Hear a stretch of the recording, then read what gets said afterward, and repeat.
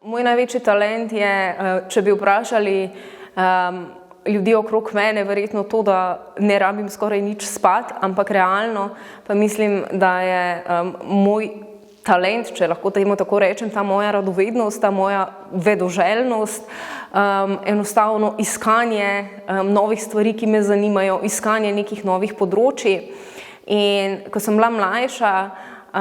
mislim, da me je najbolj v bistvu izoblikoval profesor za likovno vzgojo,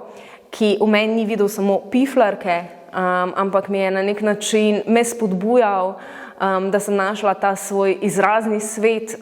da sem našla en del sebe, ne samo zdaj v tej strogi medicini, v programiranju, ampak tudi v tej umetniški sferi. In me je res, še potem, ko sem šla kasneje na fakulteto, me je vedno spodbujal, da slikam. In evo podobno tudi moja učiteljica slovenščine, ki še zdaj dostikrat mi napiše e-mail, če vidi v kakšnem intervjuju, da sem napačno kaj sklanjala, in se mi zdi, da glavna stvar za razvoj talentov je v bistvu neko spodbudno okolje, nekdo, ki ti v nekem trenutku, ko sam ne verjameš vase, da to viro in ti reče, super bo, tudi če ti mogoče danes ni uspelo.